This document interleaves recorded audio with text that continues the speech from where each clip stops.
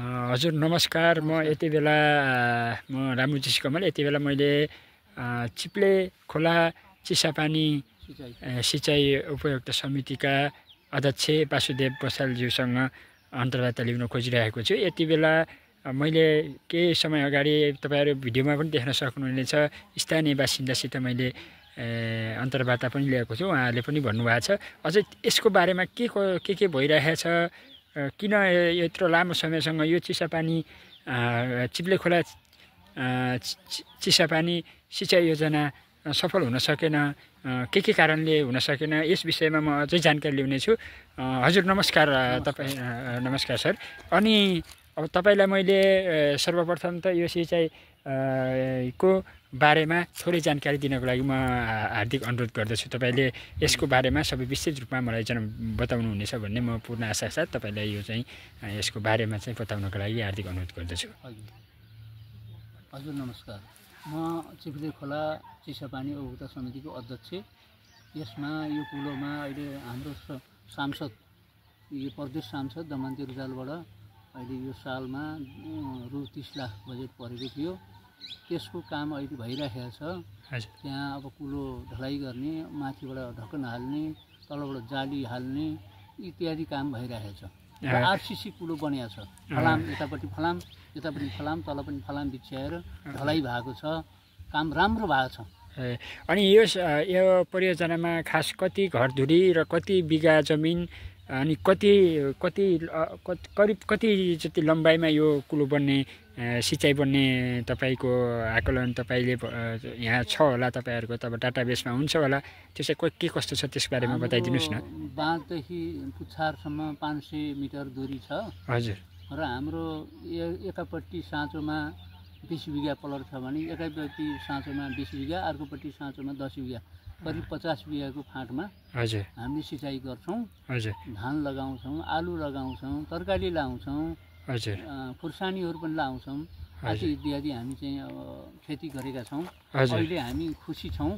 र जनताहरू हाम्रो चाहिँ जुन मैयाहरू पनि खुसी हुनुहुन्छ। हजुर। यो बजेट परेकोमा हजुर काम पनि अब सम्पन्न हुन लागिसक्यो। हजुर। अब आउने बजेटलाई पनि हाम्रो जो सांसदलाई आशावादी गर्नुभएको छ मैयाहरूले। हजुर। उहाँले पक्कै पनि गर्नुहुन्छ भन्ने आशा छ। भनेपछि यहाँ तपाईको केही पैसा फ्रिज भयो, काम गर्न दिएनन्, अनि तपाईको अब राजनीतिक हस्तक्षेप र स्थानीय रूपमा पनि अलिकता सहयोग नभएको, अलिकता भित्र भाग पनि पर्दो रहेछ। यो 3 नम्बरबाट अलिकता विकट क्षेत्र पनि पर्दो रहेछ। हामी पनि भर्खरै गाडीमा आयौँ, यहाँ यताबाट घुमेर उताबाट घुमेर यसरी यात्रा पनि गऱ्यौँ। मैले अब केही भिडियोहरू पनि खिचेको छु हैन। तपाईको यहाँ चाहिँ अब के कस्तो छ, स्थानीय सरकारबाट कस्तो पहल भइरहेछ, प्रदेश सरकारबाट कस्तो पहल भइरहेको छ? अब यो त प्रदेश योजनामा पनि पर्यो। तपाईले भर्खरै दमयन्ती रुजालज्यू, माननीय दमयन्ती रुजालज्यूको पनि नाम लिनुभयो। अब के कस्तो सहयोगहरू भइरहेको छ यस बारेमा जानकारी दिनुस् न तपाईले विस्तृत रूपमा पुरा।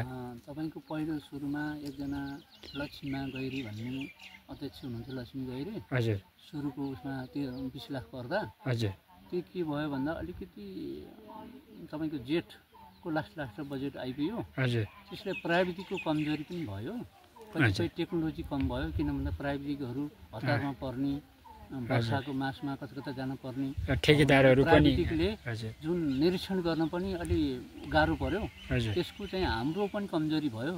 जुन चाहिँ हामीले पहिरोमा जाली हालेको भए फ्रिज हुन्थेन, बजेट हालेको भए बर्खा भेलाउँदा पनि काम गर्न सहज हुन्थ्यो। त्यसको हाम्रो टेक्नोलोजीको कमी हो। र यहाँ फरक विचार भएको मान्छेहरूले पनि होडल हाडल गर्ने, अलिकति बिचकिटाउने, काम गर्न अवरोध गर्ने। फरक विचार भन्नाले राजनीतिक रूप या सामाजिक रूपमा यहाँको चाहिँ फरक विचार राख्नेहरूले पनि अलिकति सहयोग नगरेको जस्तो अनुभूति छ मलाई। हजुर। यही हो मेरो कुरा। हजुर। अनि अहिले स्थानीय सरकारले केही धेरै थोरै केही बजेटहरू छुट्याएको छ या यो प्रदेश सरकारबाटै छ? गत यो 80 साल भन्दा पहिला कुलो दर्ता पनि भएको थिएन।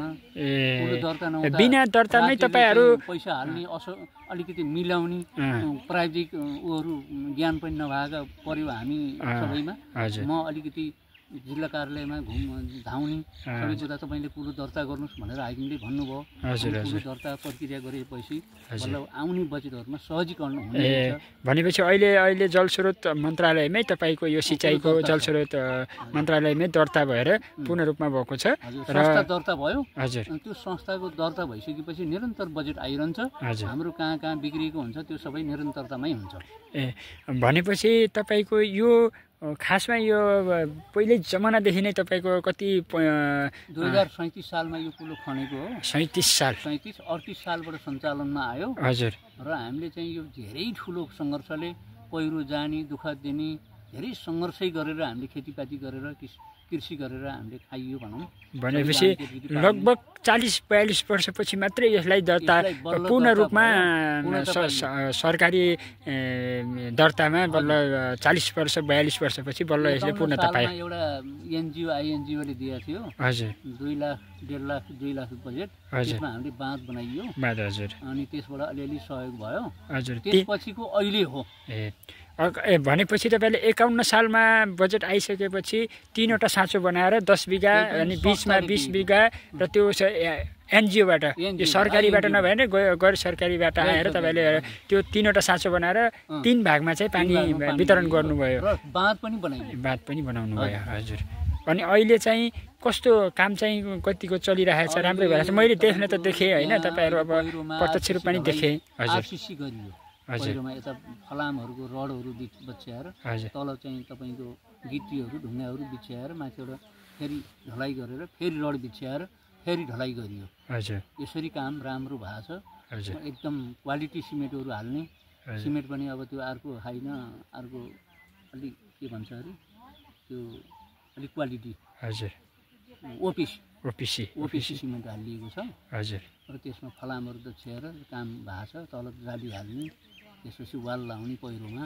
भनेपछि अहिले तपाईँ यहाँको उपभोक्ता समितिको 9 सदस्यीय समितिमा अहिले तपाईँ अध्यक्ष भएर काम गर्नुभएको छ। अहिले तपाईँले यहाँ स्थानीय बासिन्दाले पनि साथ सहयोग दिनुभएको छ। एकदमै दिनुभएको छ। हजुर, अब अरू पार्टीहरूले पनि यहाँ भागा लोकल पार्टीले पनि मलाई सहयोग गरेको छ। भन्नाले स्थानीय रूपमा रहनुभएका पार्टीहरूले पनि तपाईँलाई सहयोग गर्नुभयो। हजुर, तपाईँलाई धेरै धेरै धन्यवाद। मिठो अन्तर्वार्ता दिनुभयो, त्यसको लागि म हार्दिक आभार नमन प्रकट गर्दछु। हजुरलाई धेरै धेरै धन्यवाद।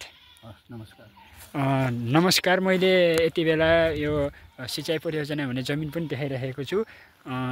लामो समयदेखि यस्तो पहाडबाट खनेर ल्याएर तपाईँको अहिलेको भिडियो पनि अगाडिको भिडियो हेर्नु होला, त्यो भिडियोबाट तपाईँले बुझ्नुहुनेछ।